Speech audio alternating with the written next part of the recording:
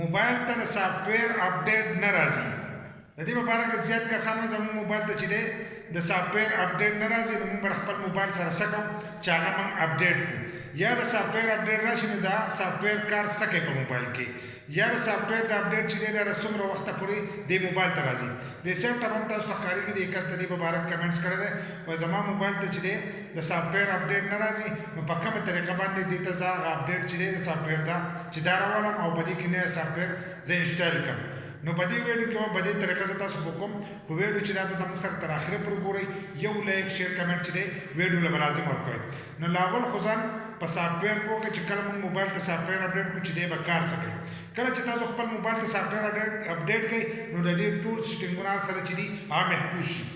لکه مثلا یو ماشوم پیدا شي نو هغه اول پروت وي، بیا کیني، لکه څومره د وخت سره د هغه طاقت سیوا کېږي نو اول کیني، بیا داسې تولان شروع کړي، بیا به ګرځېدو شي، بیا داسې ځوان شي، نو ورو ورو د ده کې دا اپډیټ راځي، لکه دی بدلېږي، طاقت ورته راځي ورو ورو، نو دی برابرېږي. خو کله چې د ده عمر پوه شي دی بیا به بوډاوالي کې شي، لکه په ښکته ورو ورو روان شي، د ده طاقت چې دی هغه به ختمېدو شي. دغه شانتې د سافټویر کار دی. کله چې ستاسو موبایل کې سافټویر راشي نو ستاسو موبایل چې دی هغه د هغې سره ښه سکیور کېږي، لکه محفوظ کېږي، هیک کېږي به نه، قسمه قسم مسلې چې دي هغه د هغې سره وځي، ستاسو موبایل به سره دغه شانتې هینګ کېږي به هم نه، قسمه قسم مسلې د دې سره وځي. نو هر کله چې ستاسو موبایل ته اپډیټ راشي نو هغه د وخت سره چې دی اپډیټ کوئ د سافټویر اپډیټ، ځکه د دې سره ستاسو ټول موبایل تازه کېږي د دغې سره. دغه شانتې د سافټویر اپډیټ چې دی دا د څومره وخته پورې موبایل ته راځي.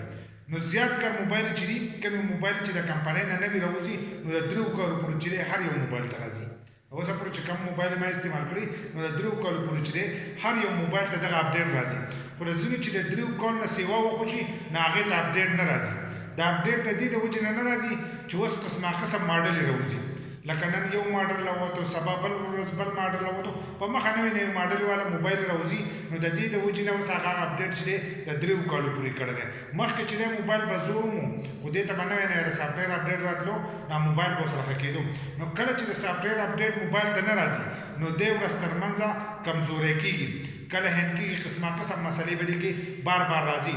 نو که تاسو ځان له یوز موبایل هم الی نو هغه د 3 کالو نه چې دی زوړ موبایل مالی چې د 3 کال پورې شي نو هغه موبایل الی چې زوړ د هغې نه وروسته الی نو تاسو ته په هغې کې قسمه قسم مسلې راوځي، کله به هینګ کېږي، کله به یو مسله راوکاږي، کله بله راوکاږي، نو د هغې نه به تاسو په عذابېږئ. نو د 3 کالو پورې موبایل ته اپډیټ راځي.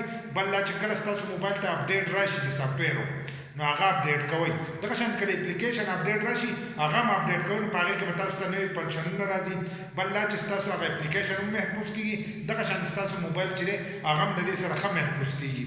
لکه چې کله نوی اپډیټ راشي تاسو اپډیټ کړئ نو ستاسو په موبایل کې د کیمرې اپشن هم بدلېږي، د اپلیکیشن د شکلونه چې دي هغه هم د دې سره بدلېږي. نو اپډیټ اصل کې چې دی د دغې لپاره چې موبایل د هغې سره سکیور وي، بل لا چې دی بار بار هینګ کېږي هم نو دی تازه کېږي د هغې سره، لکه دې ته ورځ تر منځه نوی نوی طاقت راځي.